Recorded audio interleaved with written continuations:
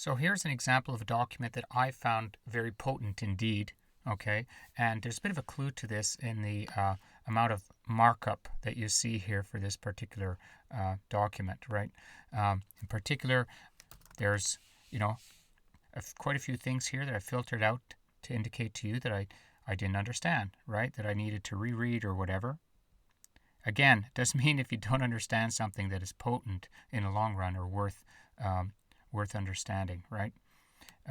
But there's an indicator there. Also, if we search for concepts here, well, I did make a note of several concepts, and these are terms that were not necessarily new to me, but the way they were defined were new to me, and so that's an indication that there's something potent going on here. And now we could look at things like the number of important claims that were made, major propositions.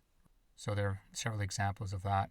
This particular document has more noteworthy information than were captured by the filtering that I just did. That's because I don't necessarily tag every highlight that I do, but I do try to assign a color to the highlights to indicate the kind of information that I'm tagging. So as you can see that, when I counter an important concept, I use this color here. So one way to get a better understanding of what's going on here and to see the types of tags that I've applied to a document is to sort them by color. So the yellow for me is, okay, this is important stuff. So there's quite a bit of information. I thought, well, that's pretty important.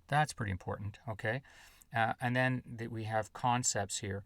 Okay, so he's using many concepts. Of course, every document contains concepts, right? So there's nothing new there. But if I flag if I highlight some text and mark it as a concept, that's because I want to draw my own attention to that concept because I think it's noteworthy. And then there's terms here. Look at these terms.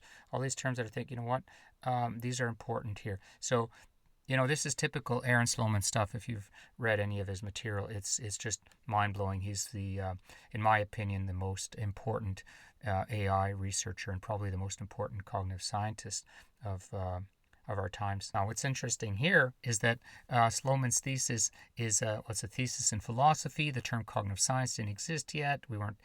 Humanity was not yet thinking in terms of cognitive science, and yet this is actually a PhD thesis in cognitive science. But I digress.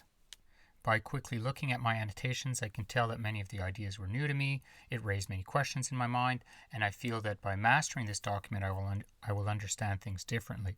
But remember, potency is a subjective concept. Once you master information, it's no longer potent, right?